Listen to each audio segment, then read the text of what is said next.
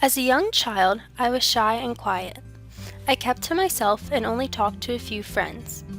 I was afraid to be loud, afraid to be noticed. I was afraid of attention and having all eyes on me.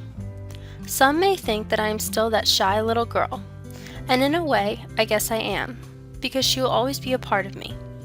But I have changed since then. As I've grown up, I have been exposed to many people and different opinions and ways of life.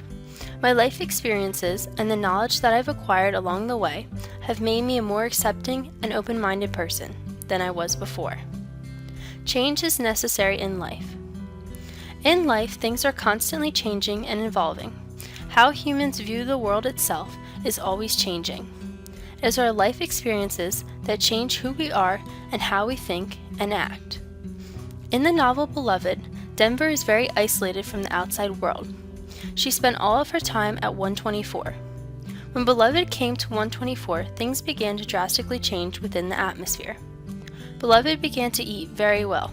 She became noticeably round, her belly protruding like a winning watermelon. As Beloved started to grow, Setha began to deteriorate. Since Setha was too ill to go to work, Denver was finally forced to leave her comfort zone of 124. Denver left 124 to get a job and help for her mother. This was the first time that Denver joined the community. She was no longer isolated in the house. It was this experience that allowed Denver to evolve into a mature woman. In the novel The Sun Also Rises, the reader follows Jake and Lady Brett through their relationship. It is clear that Lady Brett has men lined up for her attention, but she always seems to come back to Jake. Jake continues to hold out hope that one day he and Lady Brett can be together. However, Lady Brett knows that she will never go for Jake because of his physical disability. It is not until the last scene of the book when Brett says, "Oh Jake, we could have had such a damn good time together." Jake replies, "Yes, isn't it pretty to think so?" In this moment, Jake changes and comes to the true realization that he and Lady Brett will never be together. This change will allow Jake to move on in the future. In the novel 1,000 Splendid Suns, Jaleel comes to visit Miriam about once a week. Jaleel knows that Miriam can never publicly be his daughter because she was born outside of marriage. Therefore, when Nana died and Miriam came to live with Jaleel, he quickly married her off. He made the decision to be a disconnected father. It wasn't until Miriam was all grown up and he was weak and dying that he realized that he was wrong for neglecting his daughter. Being so close to death, Jaleel had a better understanding of life. It was this life or death experience that made Jaleel finally act on his relationship with Miriam. We have to appreciate those in our lives, and we have to be honest with them. If we wait until our deathbeds to face our poor actions in life, like Jaleel did, then it will be too late. In the beginning of the novel The Fault in Our Stars, Hazel explains that her mother thinks that she is depressed.